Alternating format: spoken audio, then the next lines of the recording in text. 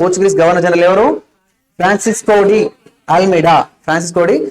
ఏం సార్ మరి blue water policy కార్టేజ్ సిస్టమ్ ఏంది అని అంటే సింపుల్ అమ్మ.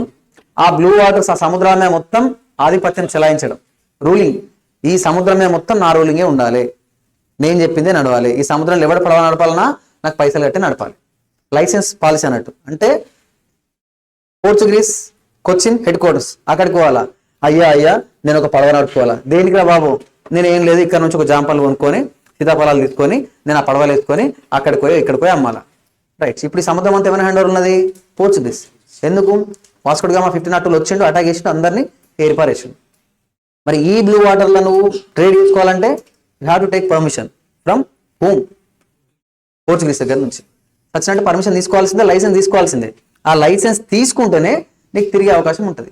సో దాన్ని blue water policy or cartage system అంటారు. ఇంకా చెప్తా.